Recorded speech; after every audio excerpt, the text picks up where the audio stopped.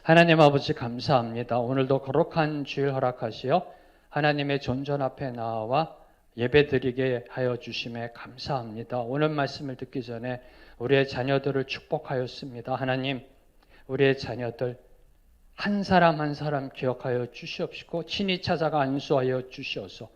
하나님의 백성, 하나님의 일꾼으로 이 땅에 우뚝 세워지는 은혜 허락하여 주시옵소서.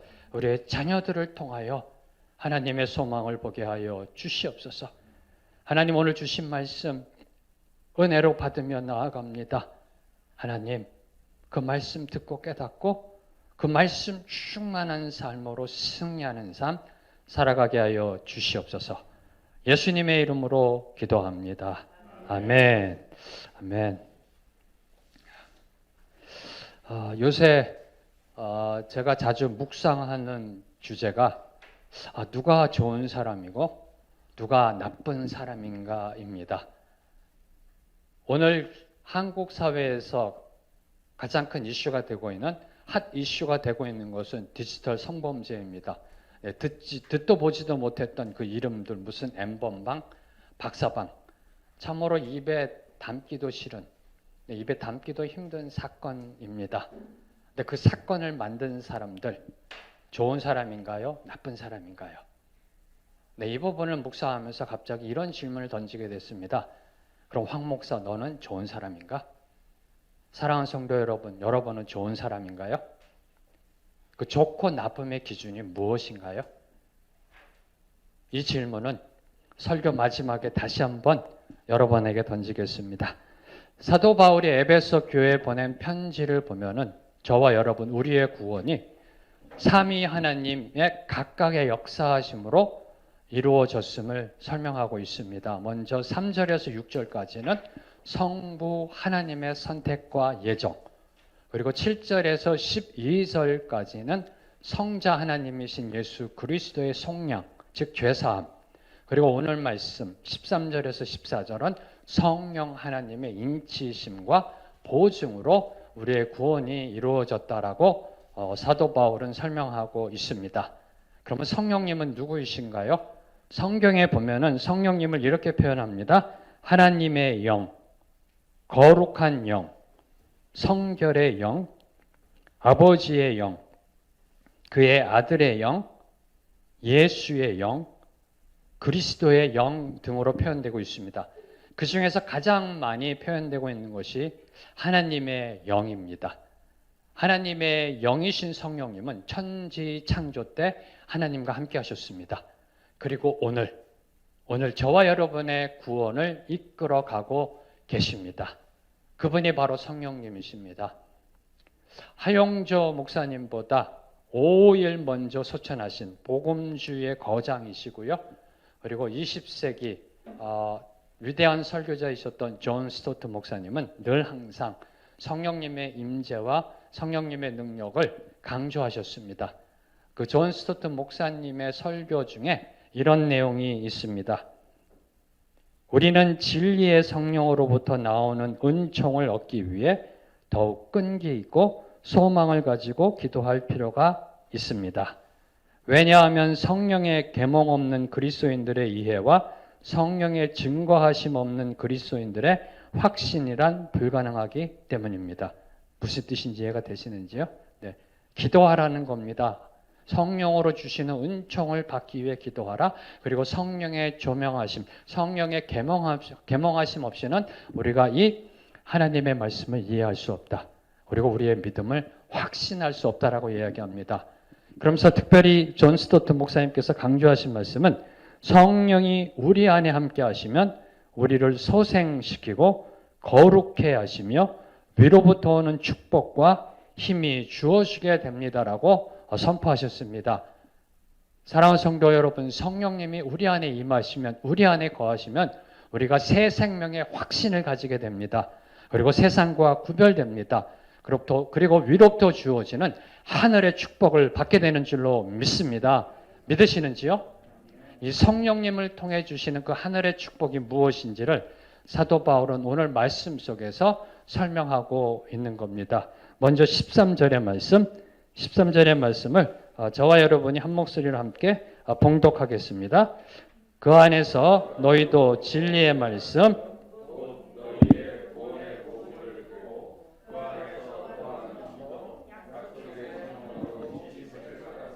네, 사도 바울은 성부 하나님뿐만 아니라 성령 하나님의 구속 역사도 그리스도 안에서 이루어짐을 강조합니다. 13절에 보면 그 안에서가 두 번 강조되고 있습니다. 찾으셨는지요? 네, 이렇게 어려운 문제가 아닙니다. 그렇죠? 네, 조금만 주의 깊게 보시면 네, 첫 번째로 그 안에서 너희도 진리의 말씀 곧 너희의 구원의 복음을 듣고 무슨 뜻일까요?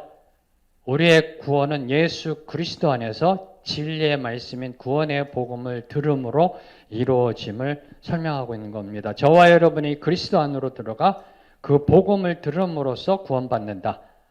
이미 다 알고 계시는 내용이신가요? 네. 갑자기 제가 아니요라는 소리가 들려서 상당히 당황합니다. 네. 그리스도 안에서 복음을 붙잡고 복음을 듣고 믿고 나아갈 때 우리는 구원을 받습니다. 상식입니다. 그렇죠? 네, 초신자가 아닌 이상은. 네. 그러면은 여러분이 잘 알고 있는 이게 아멘하고 잘 안다고 그래야 제 설교가 이어집니다. 이게. 네, 잠깐 이거 호흡이 끊겨져서 제가 당황했었는데요. 네, 여러분이 잘 알고 계시는 내용, 지금 사도 바울이 이야기한 거, 그리스도 안에서 복음을 들을 때, 복음을 믿을 때 우리의 구원이 주어진다. 이 당연한 거죠. 네. 여러분이 이것을 당연하고 이미 알고 있는 거라면 여러분에게 질문 던집니다. 그럼 복음은 무엇일까요? 여러분이 듣는 복음. 네. 조금 당황하셔야 되는데 제가 신학대학원 졸업학기 때 이제 3년을 배우고요. 얼마나 열심히 공부했겠습니까? 그죠? 3학년 마지막 학기 때 제가 존경하는 조직신학 교수님이 갑자기 종말론에 대해서 설명을 하시다 저를 보고 갑자기 질문하십니다. 복음이 뭐야? 한 1초에서 한 3초 정도 당황되더라고요. 상당히 당황된 다음에 제가 대답을 한 그런 경험이 있습니다. 뭘 의미할까요? 저희가 알고 있다라고 생각하는 것, 복음, 구원, 성화 이런 어떤 성경적인 개념들을 알고 있는데 막상 설명하라고 그러면 쉽지 않다라는 겁니다. 왜요? 내가 정말 고민해 보지 않았고 정말 내 생각과 내 언어로 하나님 앞에 고백해 보지 않았기 때문에 그냥 복음, 구원 이렇게 생각했지 그것이 무엇인지를 정말 심각하게 고민해 보지 않았기 때문입니다. 그래서 아마 저는 그때 그 조직신학 교수님의 그 질문 때문에 작년에 제가 책을 출간한 그 복음과 십자가라는 책을 출간하게 됐는지도 모릅니다. 그 책 한 권에 복음이라는 내용을 담기도 사실은 모자라는 게 복음이라는 개념입니다. 예수 그리스도 안에서 진리의 말씀인 그 복음, 구원의 복음을 들을 때 우리가 구원받는다. 이 복음은 무엇인가? 복음은 문자적으로 좋은 소식입니다. 좋은 소식. 그럼 좋은 소식이 무엇인가요? 여러분이 지금까지 살아오시면서 들은 소식 중에 좋은 소식은 과연 무엇인가요? 혹시 기억나시는가요? 여러분이 들은 좋은 소식 중에 그러면 가장 좋은 소식은 무엇이었나요? 오늘날 저와 여러분에게 들려오는 소식의 대부분은 나쁜 소식들입니다. TV와 언론 매체가 앞다투어 전하고 있는 소식은 우리의 마음을 아프게 하는 거, 우리의 마음을 힘들게 하는 거, 우리의 눈살을 찌푸리게 만드는 나쁜 소식들입니다. 가족 간의 살인, 폭력, 가정 파괴, 성범죄, 성폭력, 지도층의 비리, 그리고 경제 불황 이야기, 무장 테러, 전쟁, 메르스, 사스, 코로나 바이러스, 그리고 교회의 타락과 변질 등등등등등. 네. 왜 그런지 모르겠어요. 아마 뉴스가 좋은 소식만 전하면 사람들이 안 봐서 그럴런지요. 어쨌든 TV나 언론 매체를 통해 들어오는 거의 소식 중에 대부분은 나쁜 소식들입니다. 그러면서 이런 생각을 했습니다. 그러한 이 세상의 나쁜 소식들을 단 한 번에 잠재울 수 있는 좋은 소식은 없을까? 이 세상의 우울한 소식들을 다 한 번에 잠재우고 우리가 기뻐할 수 있는 그런 소식은 없을까? 누가복음 2장 10절에서 11절 말씀. 누가복음 2장 10절에서 11절 말씀 함께 저와 여러분이 봉독하겠습니다. 천사가 이르되 무서워하지 말라. 보라, 내가 온 백성에게 미칠 큰 기쁨의 좋은 소식을 너에게 전하노라. 오늘 다윗의 동네에 너희를 위하여 구주가 나셨으니 곧 그리스도 주시니라. 성경이 전한 소식, 천사가 전한 소식은 그냥 좋은 소식이 아니라 가장 큰 기쁨의 좋은 소식이라고 선언하고 있습니다. 그것도 이미 2000년 전에 전해졌다라고 이야기하고 있습니다. 사랑하는 성도 여러분, 이 소식을 들으셨는지요? 네, 당연히 들으셨겠죠.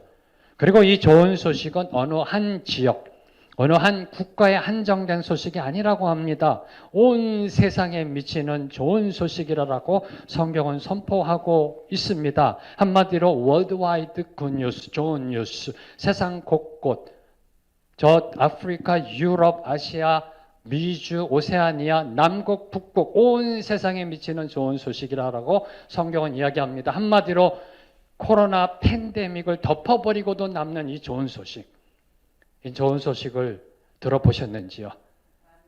바로 이 좋은 소식은 저와 여러분을 구원하시기 위해 오신 예수 그리스도, 하나님의 아들 독생자이신 그분이 이 땅에 오셨다라는 소식입니다. 그분이 우리의 구주로 오셨다는 소식입니다. 바로 그 예수 그리스도의 십자가의 죽음과 부활, 저와 여러분을 생명으로 인도하는 그 십자가가 바로 복음의 핵심인 것입니다. 성경을 보면은 복음에 대해서 저와 여러분에게 잘 설명해 주고 계신 그 사도 바울께서 특별히 고린도전서 15장 2절에 보면 우리가 그 복음을 굳게 지키고 헛되이 믿지 않는다면, 굳게 지키고 헛되이 믿지 않는다면, 믿음 속에서도 헛된 믿음이 있다는 뜻입니다. 잘못된 믿음이 있다는 겁니다. 복음을 굳게 지키고 헛되이 믿지 않으면 반드시 구원 받는다라고 선포하고 계십니다. 그래서 이 복음을 구원의 복음이다라고 성경은 선포하고 있는 겁니다. 저와 여러분이 구원의 복음을 거저 은혜로 받았습니다. 믿으시는지요? 네. 그럼 이제 저와 여러분은 사도 바울처럼 그 복음을 이제 다른 사람에게 전해야 됩니다. 왜요? 예수 그리스도만이 길이요, 진리요, 생명이기 때문입니다. 그리스도의 복음만이 저와 여러분을 영생으로 인도하는 진리의 길이기 때문입니다. 자, 그러면 진리가 무엇인가요? 아는 단어인데 고민해 보지 않았기 때문에 설명을 못하는 겁니다. 이 진리란 단어는 인류 역사 속에 수많은 철학자, 사상가, 이념가, 종교가들이 고민했던 질문입니다. 진리가 무엇인가? 요한복음 18장에 보면은 로마 총독 빌라도 법정으로 끌려오신 예수님과 그 빌라도 사이의 대화가 기록되어져 있습니다. 그 대화 중에 예수님이 빌라도에게 이렇게 말씀하십니다. 진리에 속한 자는 내 음성을 듣는다. 이 질문에 빌라도는 이렇게 질문합니다. 진리가 무엇이냐? 그리고 곧바로 바깥으로 나아가 유대인들에게 예수님의 죄가 없음을 선언하자 극렬한 저항에 부딪혔음이 요한복음에 기록되어져 있습니다. 이 상황, 이 컨텍스트를 귀납법과 경험론의 창시자인 프란시스 베이컨이라는 그 학자가 이렇게 평가했습니다. 빌라도는 참으로 올바른 질문을 던졌다. 왜요? 진리가 무엇이냐라고 예수님께 질문했기 때문에. 그러나 어리석게도 그 대답을 기다리지 못했다. 진리가 무엇이냐 질문하고 곧바로 바깥으로 나아가 유대인들에게 예수님의 죄가 없음을 선언한 빌라도. 올바른 질문은 던졌으나 그러나 어리석게도 그 대답을 기다리지 못했다. 지금 저와 여러분이 살고 있는 21세기도 빌라도처럼 그 대답을 기다려서 듣지 못합니다. 자기가 생각하고 자기가 판단하고 자기가 주장하는 것이 진리다라고 주장하는 그런 시대입니다. 내가 옳다고 생각하는 것이 진리다라고 주장하는 세대입니다. 나를 틀리다라고 하는 사람에게 틀리다라고 이야기하는 시대, 나를 맞다라고 이야기하는 사람에게 당신도 맞다라고 이야기하는 이 주관적 상대주의적 진리론이 대세하고 있는 시대가 바로 저와 여러분이 살고 있는 시대입니다. 절대 진리를 부인하는 시대. 바로 이 포스트 모던 진리관은 사실 그 진리의 개념을 부정하는 겁니다. 부인하는 겁니다. 왜요? 진리는 하나이지 결코 여러 개가 될 수가 없습니다. 1 더하기 1은 2지 2도 되고 3도 되는 것이 아닙니다. 사랑하는 성도 여러분, 진리는 인간이 생각하고 고안하고 만들어내는 것이 아닙니다. 기억하십시오. 진리는 발견하는 것입니다. 하나님이 만드신 것, 하나님이 예비하신 것을 발견하는 겁니다. 지구는 둥굽니다. 지구는 둥글기도 하고 네모난 것이 아닙니다. 하나님이 만드신 둥근 지구를 인간이 발견한 것, 이것이 바로 과학적 진리인 것입니다. 그리고 기억하셔야 될 것 두 번째, 진리는 여러분이 믿던 안 믿던 진리라는 겁니다. 세상이 믿던 안 믿던 진리라는 겁니다. 저와 여러분이 믿던 안 믿던 내일 태양은 반드시 떠오릅니다. 여러분이 믿던 안 믿던 하나님이 만드신 지구는 태양을 돌게 되어 있습니다. 바로 이 진리, 저와 여러분이 발견해야 되는 거, 하나님이 창세전부터 예배해 놓으신 거, 그리고 세상이 믿던 안 믿던 진리인 그 진리가 오늘 말씀 속에 사도 바울은 복음이다라고 선포하고 있습니다. 13절에 보면 진리의 말씀인 구원의 복음 찾으셨는지요? 네, 진리는 복음이다. 바로 그 진리가 복음이다라고 사도 바울은 선포하고 있습니다. 지난 2000년 역사 속에 철학자들이, 사상가들이, 이념가들이 그렇게 찾고 싶어했던 진리, 그 진리는 바로 그리스도의 복음이었던 것입니다. 이 복음을 믿고 받아들이는 사람에게는 예수 그리스도만이 오직 유일한 길이라는 진리가 깨닫게 될 줄로 믿습니다. 복음은 모든 믿는 자에게 구원을 주시는 하나님의 능력입니다. 다시 한번 선포합니다. 예수 그리스도의 복음은, 진리인 그 복음은, 그 복음을 믿는 모든 사람에게 구원을 주시는 하나님의 능력이다. 하나님의 능력이다. 그러면 믿음은 무엇인가요? 복음을 믿어야 되는데 믿음은 무엇인가? 믿기 위해서는 어떻게 해야 되는가? 로마서 10장 17절 말씀, 로마서 10장 17절 말씀, 네, 함께 저희가 한 목소리로 읽겠습니다. 시작. 그러므로 믿음은 들음에서 나며, 네, 사랑하는 우리 성도 여러분, 가정에서도 같이 읽어주셔야 됩니다. 몇 분이 안 읽으셨더라고 지금요. 네, 같이 봉독하시고. 왜요? 말씀이 능력입니다. 제가 여러분에게 전한 이 설교는 수단입니다. 하나님의 말씀 자체가 능력입니다. 말씀을 읽을 때 힘이 나고요. 말씀을 읽을 때 하나님의 능력이 임할 줄로 믿습니다. 사도 바울은 이렇게 선포합니다. 믿음은 들음에서 나며 들음은 그리스도의 말씀으로 말미암았느니라. 믿음은 들어야 된다. 뭘 들어야 되느냐? 그리스도의 말씀, 복음을 들어야 된다는 겁니다. 복음을 들어야 믿음이 생긴다는 겁니다. 자, 그러면 하나님의 말씀, 성경이 그리스도의 복음을 들으면 되는가요? 우리가 하나님의 말씀을 듣고 또 들으면 성경을 이해하게 되고 성경적 지식이 쌓여가게 됩니다. 그러나 그 성경적 지식이 우리를 구원하는 것은 아닙니다. 그러면 사도 바울이 말하고 있는 이 들음은 뭘까요? 믿음은 들음에서 난다. 이 들음은 뭘까요? 청각적 들음이 아니라 말씀을 듣고 깨닫고 삶 속에서 실천하는 바로 그 삶의 들음을 이야기하고 있는 것입니다. 저와 여러분이 아마 자녀들을 키우면서 많이 했던 말, 자녀들에게 이런 말 하지 않으셨나요? 야, 엄마 말 좀 들어. 야, 아빠 말 좀 들어라 제발. 그 들어라입니다. 그 들어라.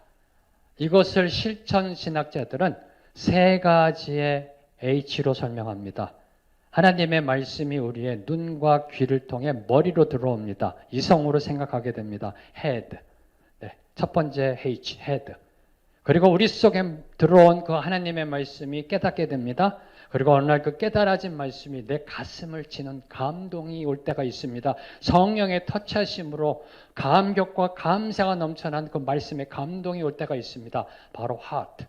네, head로 들어온 것이 이제 heart로 내려가고요. 그리고 감동된 그 말씀대로 살아가고자 하는 그 삶의 모습, 즉 hand. 우리의 핸드를 통해 세상에 보여주는 그 믿음. 그래서 실천 신학자들은 이거를 3H 믿음이라고 그럽니다. 하나님의 말씀이 head, 머리로 들어와서 우리의 heart, 마음으로 내려가고 마음에 감동받은 것이 드디어 우리의 hand를 통해 세상에 증거되는 것. 바로 이 3H 믿음, 이 들음을 이야기하고 있는 것입니다. 머리에 쌓인 성경 지식으로는 하나님의 나라를 절대 볼 수가 없습니다. 마음으로 감동받은 그 믿음으로도 하나님의 나라를 볼 수가 없습니다. 성경은 분명하게 이야기합니다. 우리의 삶을 통해 그 믿음이 드러나는 것이 산 믿음이다. 나머지는 다 죽은 믿음이다. 사도 바울이 아까 말씀드렸던 것처럼 헛되이 믿는 믿음이라는 겁니다. 바로 이 3H의 믿음, 삶으로 드러나는 믿음이 저와 여러분의 삶 속에 온전히 선포되기를 주님의 이름으로 축복합니다. 우리 모두 예수 그리스도 안에서 진리의 말씀, 그 구원의 복음을 듣고 그 구원의 확신을 우리의 삶 속에서 증거하는 멋있는 인생 살아가기를 다시 한번 주님의 이름으로 선포합니다. 이제 13절에서 두 번째로 살펴볼 것은 그 진리의 말씀인 그 구원의 복음을 들을 때 그리스도 안에서 성령님의 인치심을 받았다는 사실입니다. 사도 바울은 이렇게 기록하고 있습니다. 그 안에서 또한 믿어 약속의 성령으로 인치심을 받았으니. 여러분이 한번 쭉 읽어보시면은요, 문맥상 그 안에서 또한 믿어 성령으로 인치심을 받았으니 해도 무난합니다. 목사님 똑같은 것 같은데요. 그렇죠. 주의 깊게 보지 않으면. 근데 사도 바울은 그냥 성령이 아니라 약속의 성령으로 인치심을 받았다라고 기록하고 있습니다. 그냥 성령으로 인치심을 받았다고 해도 문맥상 전혀 문제가 안 됩니다. 신학적으로도 전혀 문제가 안 됩니다. 그럼 왜 사도 바울은 약속의 성령이라고 그랬을까요? 약속이 의미하는 게 무엇일까요? 이 구약을 보면은 하나님은 하나님의 백성에게 성령을 부어주실 것을 약속하고 계십니다. 그리고 신약에서도 예수님은 예수님의 제자들에게 성령을 보내주실 것을 약속하고 계십니다. 바로 그 약속대로 오신 분이 성령님이심을 강조하는 겁니다. 성령님은 하나님과 예수님이 우리와 함께 하시기 위해 보내신 분입니다. 구약을 보면은 그 선지자 이사야가 이렇게 예언합니다. 보라, 처녀가 잉태하여 아이를 낳으리니 그의 이름은 임마누엘이라 하리라. 처녀의 몸을 통해 아이가 태어나는데 그의 이름은 하나님이 우리와 함께 하신다라는 임마누엘, 하나님이 우리와 함께 하신다. 바로 이 예언대로 2000년 전에 이 땅에 그 임마누엘 메시아가 오셨습니다. 동정녀 마리아, 처녀 마리아의 몸을 통해 이 땅에 오셨습니다. 바로 그분이 예수 그리스도이십니다. 저와 여러분과 함께하기 위해서 임마누엘, 우리와 함께 하시는 하나님으로 이 땅에 오신 예수님, 그 예수님은 십자가에서 죽으시고 부활하신 후에 마태복음 28장 20절에 보면 제자들에게 이렇게 선포하십니다. 내가 세상 끝날까지 너희와 영원히 함께할 것이다. 그리고 승천하셨습니다. 저는 이 부분이요, 만약에 제가 그때 제자였다면 좀 황당했을 것 같습니다. 아니 주님 우리랑 항상 함께 하시겠다고 그러시고 올라가시면 어떡해요? 그래서 승천해 버리셨습니다. 그 자리에서 그냥 올라가셨습니다. 예수님이 승천하신 이유는 승천하심으로 이제 약속하신 대로 그 성령님을 보내셨던 겁니다. 성령님을 제자들에게, 저와 여러분에게 보내심으로 예수님은 오늘도 우리와 함께하고 계십니다. 영원히 함께하고 계십니다. 바로 이 임마누엘 약속의 성취가 성령님입니다. 성경 전체에서 예언되었던 임마누엘 약속의 성취가 바로 성령님임을 강조하는 것이 이 약속의 성령이란 단어입니다. 그럼 이 약속의 성령으로 인치심을 받았다는 의미는 과연 무엇일까요? 사도 바울이 말하고자 하는 핵심은 무엇일까요? 성령님으로 인치심, 인치다라는 단어 뜻은 오늘날 얘기하면 도장을 찍는다는 뜻입니다. 성령님으로 도장을 찍는다. 그럼 성령님으로 쉽게 설명하고 있습니다. 고린도 후서 1장 22절 말씀 함께 읽겠습니다. 그가 또한 우리에게 인치시고 보증으로 우리 마음에 성령을 주셨느니라. 아멘. 그가 또한 우리에게 인치시고, 그 주어는 하나님이십니다. 하나님이 우리에게 인치시고 보증으로 우리 마음에 성령을 주셨다. 성령님이 인을 치셨다가 아닙니다. 성령님이 도장을 찍어주셨다가 아닙니다. 성령님이 바로 그 인임을 우리가 알 수 있습니다. 그리고 그 인을 치신 분은 바로 하나님이 성령님이란 인을 우리에게 치셨다라는 겁니다. 바로 이 고린도후서 1장 22절 말씀과 오늘 본문 13절 말씀을 같이 보게 되면은 하나님이 믿는 성도들에게, 저와 여러분에게 성령 주심 또는 성령의 인치심을 표현할 때 강조하는 두 가지가 있습니다. 첫 번째로 보면은 13절과 고린도후서 1장 22절 공이 피동태로 표현됐다는 겁니다. 인치심을 받았다, 성령을 주셨다. 수동태로, 피동태로 표현하고 있다는 겁니다. 무슨 뜻일까요? 저와 여러분이 죽었다 깨어나도 성령은 못 받는다. 성령의 인치심을 받을 수가 없다는 겁니다. 우리의 공로, 자격, 능력, 노력으로 주어지는 것이 아니다. 하나님의 은혜로 거저 값없이 주어지는 은혜임을 설명하고 있는 것이 수동태의 은혜입니다. 그래서 이게 신학적으로는 신적 수동태의 은혜라는 표현을 씁니다. 피동태로 쓰여졌습니다. 성령의 인치심을 받았다. 하나님이 우리에게 성령을 주셨다. 네. 우리가 쟁취한 것이 아니라는 겁니다. 두 번째로 과거형으로 표현되어 있습니다. 성령을 주셨다. 성령을 주실 것이다가 아닙니다. 성령의 인치심을 받았다. 과거형입니다. 무슨 뜻일까요?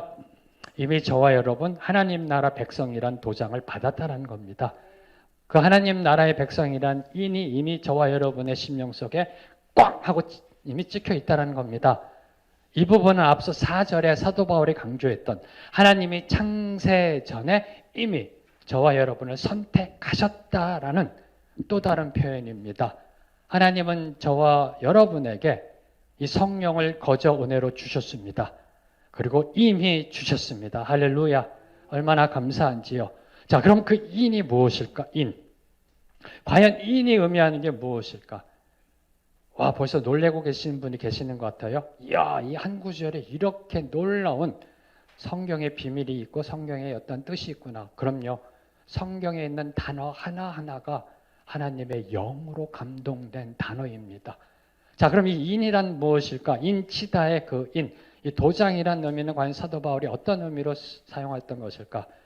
고대 세계에 보면 인이라는 것은 목걸이나 반지에 달린 보석으로 만든 도장입니다.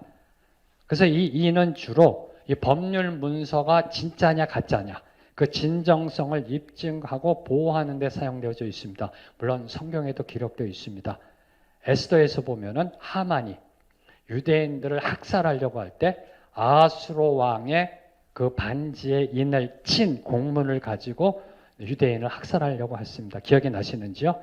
아, 네, 더 고개를 끄덕끄덕 주시네. 감사합니다. 다 보이시냐고요? 아, 그럼요. 네. 네. 그래도 여러분이 저를 사랑해 주시고 제가 사랑하는 네, 그 목사와 성도 관계인데 네, 감사합니다. 다음에도 고개 계속 끄덕끄덕 해주시기 바랍니다. 그리고 이 인은 특별히 이 종교적 그 의미로 상당히 중요합니다. 뭐냐? 인침받은 자의 그 종교적 정체성을 입증하고 보호하는 데 사용되어지고 있습니다. 물론 성경에도 기록되어 있습니다. 요한계시록 7장을 보면은 그 이마에 하나님의 인치심을 받은 자 14만 4천 명이 나옵니다. 바로 그 이마에 하나님의 인치심을 받은 자는 하나님의 심판으로부터 보호되어짐을 성경은 기록하고 있는 겁니다. 이를 토대로 사도 바울이 이야기하고 있는 그 인치다의 인은 무엇을 의미하는가? 세 가지로 요약할 수가 있습니다. 하나님의 소유임을 선포하는 겁니다. 저와 여러분이 하나님의 소유가 됐음을 보여주는 것이 바로 이 인인 것입니다. 제가 이 스코틀랜드에서 공부할 때요. 바깥에만 나가면 양들이 많습니다. 양들이 그냥 초원에 이렇게 방목하고 있는데요. 어떤 양을 보면은 파란색 마크가 있고요. 어떤 양을 보면 빨간색, 그리고 모양이 다. 그 양들의 인친 그 목장의 주인은 그 양들을 기릅니다. 그 양들을 칩니다. 양들에게 꼴을 먹입니다. 그리고 마지막으로 이 하다라는 그 인. 그럼 그 인침은 누가 받는가? 인침은 누가 받는가? 수도 안으로 어떻게 들어가야 되나요? 네, 지난번에 말씀을 요약하면 하나님이 이미 창세전에 선택하셔서 예수님이 십자가에서 죄사함, 속량의 은혜를 준 사람입니다. 쉽게 말씀드리면 성령을 받았다는 겁니다. 그래서 이 성령 받음, 저와 여러분 안에 계신 그 성령 받음은 저와 여러분의 구원을 확증하는 하나님의 인치심이라는 의미가 되는 것입니다. 이해가 되시는지요? 네, 이해가 안 되면 아마 제가 잘못 설명했을 겁니다. 하나님의 말씀을 다시 한번 읽어보시기 바랍니다. 자, 그러면 하나님의 인이신 약속의 성령님은 우리의 구원을 위해 과연 무엇을 하시는가? 이제 이 부분을 14절에서 설명하고 있는 겁니다. 하나님의 인이신 성령님이 저와 여러분의 구원을 위해 과연 어떠한 역사를 이루어 가시는가? 14절 말씀 함께 한 목소리로 읽겠습니다. 시작. 이는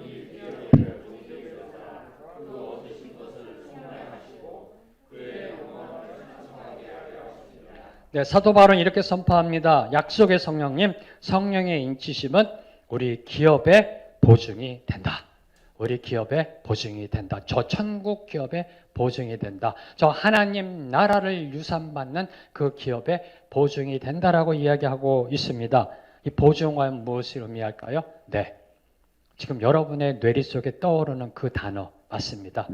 이 보증이란 이 원어 헬라어 단어가 갖고 있는 그 일반적인 의미, 바로 저와 여러분이 알고 있는 저당, 담보, 보증 이런 의미입니다. 주로 이 보증, 담보, 저당은 신용도가 낮은 사람이 신용도가 높은 사람 또는 신용도가 높은 기관에게 제출하게 되어 있는 겁니다. 그래서 담보를 요구하고 보증인을 요구하고 그러지 않습니까? 그래서 저와 여러분이 이제 하나님과 구원 계약을 체결합니다. 하나님이 저와 여러분에게 구원의 약속을 주십니다. 약속. 계약. 그래서 하나님과 우리 사이에 약속과 계약이 체결됩니다. 자, 그러면은 이제 누가 보증을 서야 되는가? 네. 여러분의 보증도 하나님께 비교해 볼 때 형편없습니다. 마이너스입니다. 완벽하신 신용도를 갖고 계신 분 하나님이십니다. 저와 여러분은 형편없습니다. 그러면 저와 여러분이 하나님과의 구원 계약을 맺을 때 저와 여러분 보증을 갖고 가야 됩니다. 하나님 구원 주시옵소서. 제가 이렇게 보증하겠습니다. 이게 세상의 원리입니다. 잘 쫓아오셨는지요? 이해되셨는지요? 중요합니다. 이 보증이란 단어가 왜 사도 바울이 얘기했는지 여러분이 이해하시려면 이걸 이해하셔야 됩니다. 다시 설명합니다. 하나님과 우리 사이에 구원 계약을 맺을 때 하나님이 우리에게 구원을 주실 때 누가 보증을 서야 됩니까? 내가 서야 됩니다. 형편없는 나. 하나님 구원 주시옵소서. 제가 이렇게 하겠습니다. 이렇게 담보하겠습니다. 이렇게 누구를 데리고 와서 제가 괜찮은 사람, 정말 좋은 사람인 걸 증명하겠습니다. 그래서 이제 하나님이 구원을 주시는 게 바로 이게 세상 원리입니다. 그러나 사랑하는 성도 여러분, 하나님은 우리의 구원을 이루기 위해 그 어떤 보증도 요구하지 않으셨습니다. 우리에게 아무것도 요구하지 않으셨습니다. 오히려 우리에게 보증까지 세워주셨다라는 이야기입니다. 바로 그분이 성령님이라는 겁니다. 우리에게 구원도 주시고 우리에게 보증도 세워주신 바로 그 놀라운 은혜를 설명하고 있는 겁니다. 그 보증이란 단어 속에 그게 들어가 있는 겁니다. 아직도 별로 감사가 없으신 것 같아요. 아멘 소리가 안 나와요. 이게 얼마나 놀라운 큰 은혜인데 이 보증이란 단어가 좀 더 쉽게 설명하겠습니다. 여러분이 갑자기 급하게 돈이 필요합니다. 아마 사업하신 분들은 아마 이해가 되실 겁니다. 돈을 대출받기 위해 은행에 들어갑니다. 근데 은행이 이렇게 얘기합니다. 당신의 신용도가 형편없어서 보증인을 세우든지 담보를 갖고 오십시오. 실망합니다. 다른 옆에 있는 은행을 딱 들어갔더니 거기는 은행이 친절하게 맞으며 잘 오셨습니다. 어서 오십시오. 축복합니다. 그러면서 돈도 주겠습니다. 그러면서 이렇게 얘기하는 겁니다. 우리 은행이 당신에게 보증까지 쓰겠습니다. 할렐루야. 대박 아닙니까? 아니 은행에 갔는데 돈을 빌리러 갔는데 그 은행에서 돈도 빌려주고 은행에서 보증도 세워준답니다. 할렐루야. 대박입니다. 대박. 그럼 여러분 그 돈 받고 나와서 어떻게 하시겠습니까? 온 동네 떠들고 다녀야지. 이런 은행이 있다. 이런 은행이 있다. 이야 참으로 신기하다. 이야 이게 바로 복음 전파고요. 이게 바로 복음 전도입니다. 이게 바로 저와 여러분의 삶이 되어야 되는 겁니다. 하나님이 주신 그 구원, 은혜가 너무나 감사하게 너무나 신기해서 이야 이런 데가 있구나. 이런 하나님이 있구나. 세상에 나가서 이야기하는 겁니다. 돈도 빌려주고 보증도 세워준다. 얼마나 감사하냐 그러면서 이게 바로 보증이라는 단어입니다. 보증이라는 단어가 주고 있는 겁니다. 사도 바울은 오늘 선포합니다. 하나님은 성령의 인치심으로 우리 기업의 보증이 돼서 그 얻으신 것을 속량하셨다라고 되어 있습니다. 속량이란 단어가 지난주에 이어서 또 한 번 나옵니다.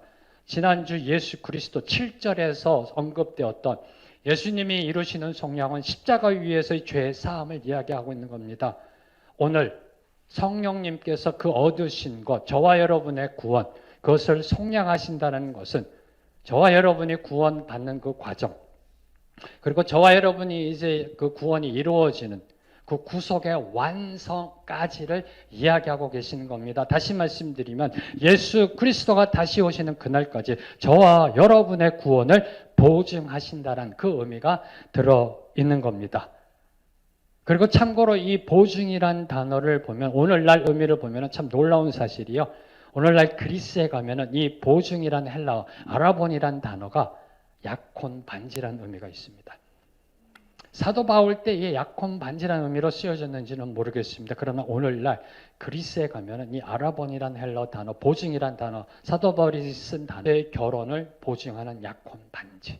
그 약혼 반지가 바로 성령님이시다. 예수 그리스도가 이 땅에 다시 오시는 그날, 저와 여러분이 예수 그리스도와 영원히 거하게 되는 그날까지, 다시 말씀드리면 계시록 19장에 나오는 어린 양의 혼인 잔치까지 우리가 예수 그리스도 안에 속해 있음을 증명해 주는 약혼 반지가 바로 성령님이라는 사실입니다. 얼마나 감사한지요. 성부 하나님, 성자 하나님, 성령 하나님의 이 역사하심으로 우리의 구원이 이루어졌다라고 이야기하고 있습니다. 우리 기업의 보증이 되시는 성령님 믿으시는지요? 하나님의 인 되시는 성령님 믿으시는지요? 그 성령님이 여러분 안에 계시는지요? 그럼 어떻게 증명하시겠습니까? 여러분 안에 성령님이 계시면 어떻게 증명하시겠습니까? 하나님 나라의 기업의 보증이 되시는 성령님이 내 안에 계심을 어떻게 증명하시겠습니까? 이 성경적 질문에 늘 항상 성경으로 대답하는 훈련을 하시게 되기를 축복합니다. 이 어떤 신앙의 경험과 간증으로 대답하시기 전에 먼저 성경으로. 네. 고린도전서 12장 3절 말씀. 고린도전서 12장 3절 말씀 함께 읽겠습니다. 시작. 그러므로 내가 너희에게 알리노니 하나님의 영으로 말하는 자는 누구든지 예수를 저주라 하지 아니하고 또 성령으로 아니하고는 누구든지 예수를 주시라 할 수 없느니라. 성령으로 아니하고는 누구든지 예수를 주라 고백할 수 없다. 성령이 우리 안에 들어와 있지 않으면 예수님이 주 그리스도이심을 고백할 수 없다라는 겁니다. 제가 이 부분을 제 친구들에게 한번 테스트해 봤습니다. 안 믿는 제 친구들에게 제가 외국에 있을 때 한국에 들어와서 잠깐 친구들 만났을 때 친구들에게 안 믿는 친구들에게 한번 이것을 고백해 보라고 그랬습니다. 자, 한번 예수가 주 되신다, 그리스도가 되신다, 하나님의 아들이시면 한번 고백해 봐라. 하더라고요. 장난으로 친구가 하라니까. 그래서 제가 정색을 하며 진심으로 고백해 봐라 그랬더니 그렇게 얘기하더라고요. 야, 네가 목사인 거 알아. 교회나 가세요. 교회나 가서. 절대로 고백이 안 나옵니다. 진정으로 그 고백이 안 나옵니다. 오직 성령이 우리 안에 거하실 때 예수님을 주, 그리스도, 하나님의 아들이심을 고백할 수 있게 되는 겁니다. 함께 고백하겠습니다. 예수는 나의 주 되십니다. 받았습니다. 그래서 14절 마지막에 사도 바울은 우리에게 이렇게 권면합니다. 성부 하나님의 구속 사역으로 우리에게 찬양하라라고 권면합니다. 그리고 12절에 성자 하나님의 사역의 은혜로 우리의 삶 자체가 찬송이 되어야 된다라고 권면했습니다. 그리고 오늘 성령 하나님의 사역으로 우리는 하나님의 영광을 찬양해야 된다라고 선포하고 있습니다. 하나님은 우리를 선택하셨습니다. 예수님은 우리를 위해 죽으셨습니다.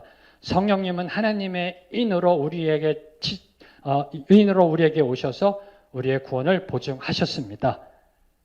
이 삼위일체 하나님을 찬양하는 것이 마땅한 도리임을 사도 바울은 저와 여러분에게 권면하고 있는 겁니다. 맨 처음 질문으로 다시 돌아가겠습니다. 여러분은 좋은 사람인가요? 나쁜 사람인가요? 이 좋음, 이 나쁨의 기준은 과연 무엇일까요? 여러분, 좋은 음식, 나쁜 음식은 무엇일까요? 좋은 시계, 나쁜 시계는 무엇일까요? 그렇죠. 건강에 좋은 게 좋은 음식이고요. 시간이 잘 맞는 게 좋은 시계입니다. 뭘 의미할까요? 그것이 만들어진, 그것을 만든 목적에 제대로 부합하고 있느냐. 이것이 좋고 나쁨을 결정하는 기준이 되고 있는 겁니다. 그러면 저와 여러분이 만들어진 목적, 구원받은 목적, 성령의 인치심을 받은 목적은 과연 무엇일까요? 이사야 43장 7절과 21절 말씀. 이사야 43장 7절과 21절 말씀. 네. 다 찾으셨나요? 네, 함께 읽겠습니다. 시작. 내 이름으로 불려지는 모든 자, 곧 내가 내 영광을 위하여 창조한 자를 오게 하라. 그를 내가 지었고 그를 내가 만들었느니라. 이 백성은 내가 나를 위하여 지었나니 나를 찬송하게 하려 함이니라. 선지자 이사야는 선포합니다. 저와 여러분이 창조된 목적, 저와 여러분이 사도 바울이 에베소서 1장 1절에서 13절까지 계속해서 3번이나 반복하고 있는 그분께 찬양을 올려드리라. 그분의 영광을 찬양하라. 바로 그것이 저와 여러분이 창조된 목적이라고 이야기합니다. 하나님께 영광과 찬양 올려드리는 것은 성령의 인치심과 보증받은 저와 여러분의 의무이자 책임입니다. 바로 이 창조된 목적대로 사는 사람, 구원받은 성도의 의무와 책임을 다하는 사람이 좋은 사람인 것입니다. 그 창조된 목적에 부합돼서 살아가는 사람. 그럼 여러분은 좋은 사람인가요? 나쁜 사람인가요? 아멘. 아멘. 그럼 값없이 거저주시는 구원의 은혜에 감사하며 이제 함께 하나님의 영광을 찬양하며 나아가기를 소망합니다. 이 시간에 정말 그 은혜 얼마나 감사한지요. 성부 하나님의 선택과 예정, 성자 하나님의 속량, 성령 하나님의 인치심과 보증으로 인해 우리가 값없이 은혜 받았습니다. 그분을 마음껏 찬양하십시오. 그분의 영광을 찬양하십시오. 내는 주의 영광을 보내.